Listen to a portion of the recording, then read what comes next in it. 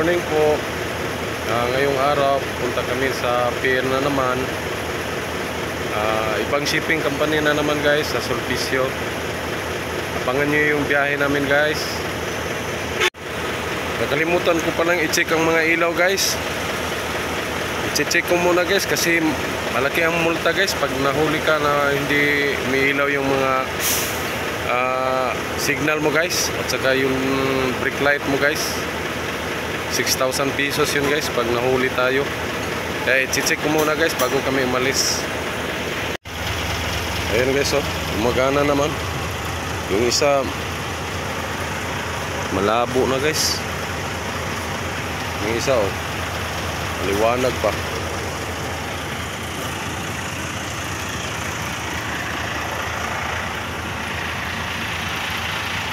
Magana lahat guys. Tapos kabila magana din.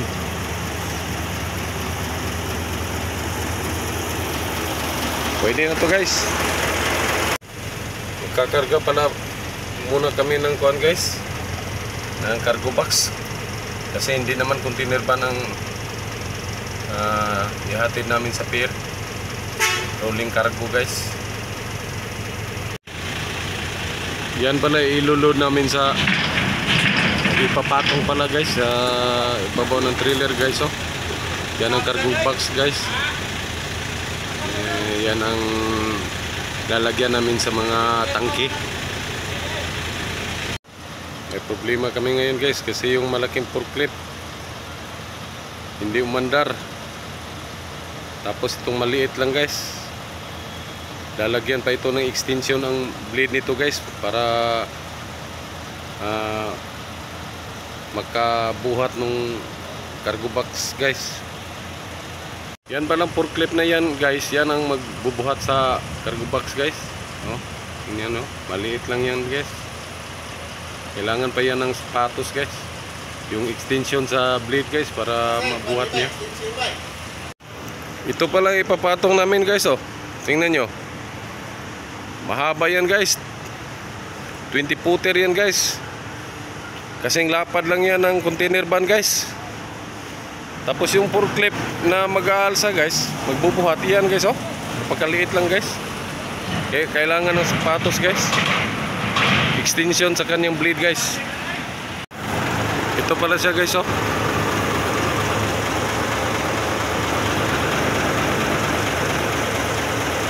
Saka gamay.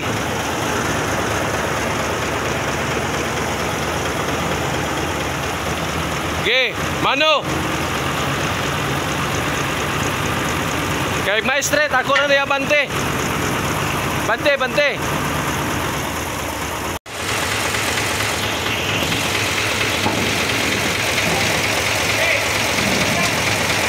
Sige, butang.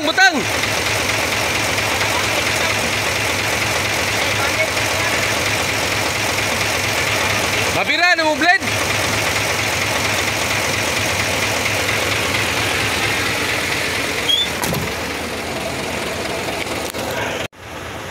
Ayan na guys, oh, nakapatong na siya guys. Tapos ngayon guys, maglulod na kami ng kuan guys, tangke guys. Ayan na guys, oh, ito nang karga namin guys. Pagbalik namin ito guys, marami ang ikakarga namin ganito. Alis na kami guys.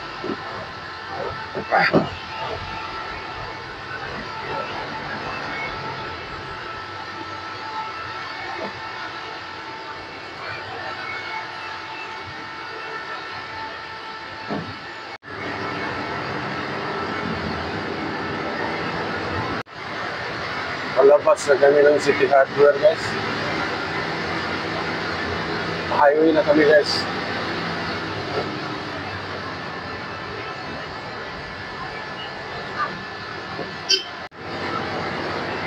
Inuha ko kasi yung dokumento sa Sulpicio guys. Hindi pa natapos. Kaya hapon na kami nakalabas.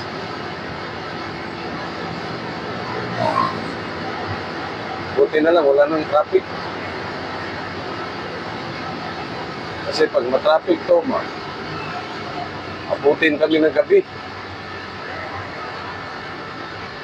Malapit na tayo sa Magikay flyover, guys. Malapit ang biyahe natin ngayon, guys. Ayan na, guys, pababa na kami ng...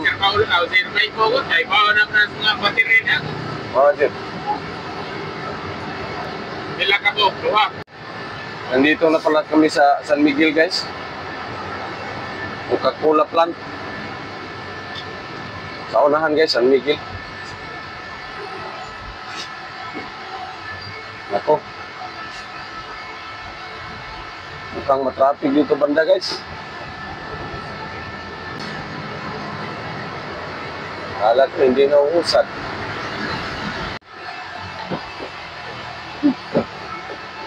Buti na lang may hangin.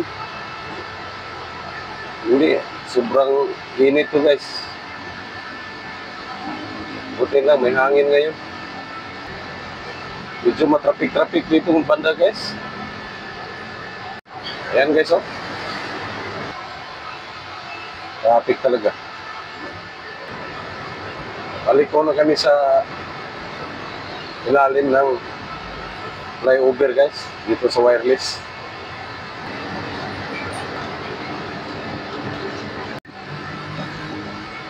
Balik ko na kami rito sa SM Hypermarket. Malapit na to sa port area, guys. Dito na tayo sa may Uano Avenue. Malapit na to ng Cebu City, guys. Pagtawid natin ng tulay, guys. Cebu City na yan. Medyo malapit-lapit lang doon sa budiga namin. Hindi kagaya nung una kong biyahe. Malayo-layo din yun, guys.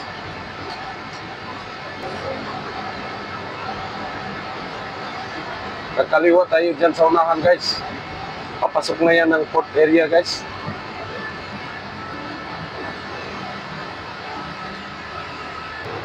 Port area na ito dito, guys. Dito simula. Yung truck na nakapatong na yelo, guys.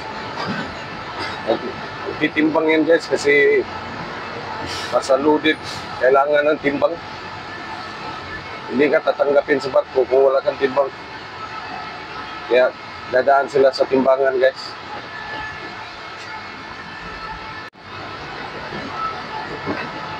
Kung nakikita nyo yung mga auto, marami sa kanan ko, guys. Noon, mga trailer truck lang nakapark dyan, guys. Or mga cargo truck. Ngayon, marami ng mga private, guys. Kaya pag nag-withdraw kami ng CIP, guys, hirapan kami manap ng parking area, guys. Oh. Dapat yan ang nagparking, guys. Oh. Kung nakita nyo yung mga malalaking truck. Hanggang sa dulo na ito, guys. Doon sa may per 4 talaga, guys. Hanap kami ngayon ng parking area kasi wala pa itong bill of lading, guys. Kinuha pa. Yan na pala, guys. Kita ko yung runner namin, guys. Katayo sa gilid. Kasi kapag wala kang bill of lading, hindi ka makapasok sa port area, guys. Maraming gate dito sa port area ng Cebu, guys. Dadaan ka ng dalawang gate, dalawang gwardiya, guys, bago ka pa makapasok sa gate talaga. Ayan na, guys, diretso na kami sa pier, guys. So meron na kaming bill of lading. Ang sakwa na nagaw, ang gatong sa Budiga. Ana na. Bali, dalawa pala yung biyahe namin ngayon, guys. Maghahatid kami ng loaded doon sa pier, tapos kukuha kami ng empty guys doon sa warehouse ng Sulpicio guys. Kakaliwa tayo rito. Oh, yatag na dit say. Ganun, kuan. Ina si kuan walay sinsilyo. Rinig. Walang barya. Nangamukha kayong pera. Dito sa loob ng fair guys, nagdadala talaga kami ng budget guys kasi mahirapan kang makipag-transact sa mga tao rito guys kung wala kang ibigay. Para sanay na sila sa pera guys. Grabe. Papasok na pala tayo sa unang gate guys. Ayan guys oh.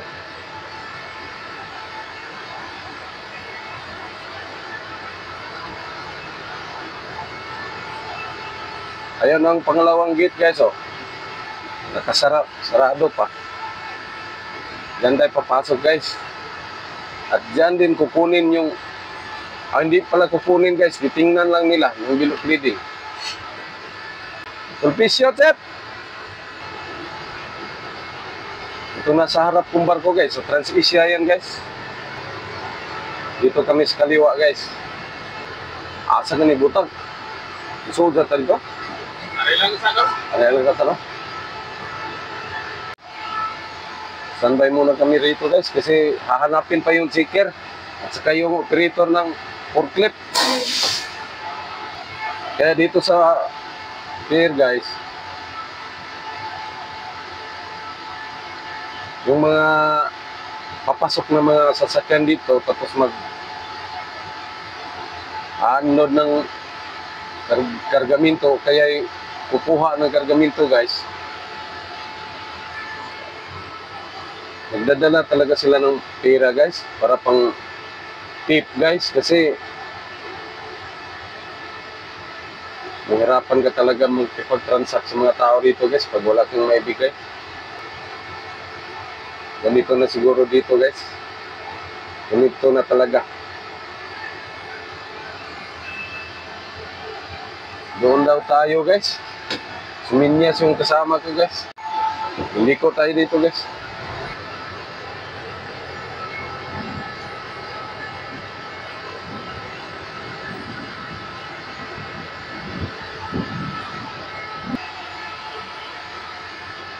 Bababa muna ako guys. Tutulungan ko yung kasama ko guys.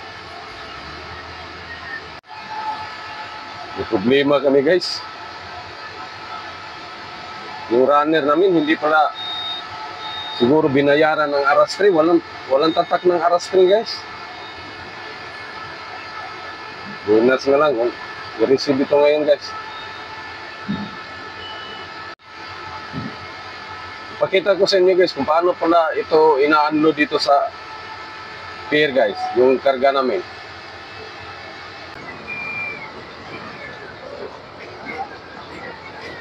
Guys, oh.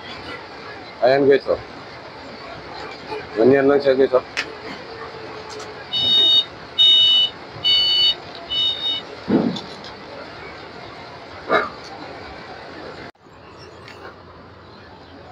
Ayan guys oh.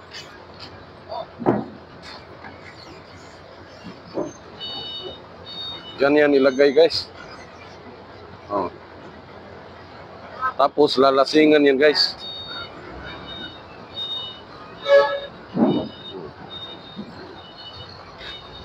Ito palang kinakargahan dito guys.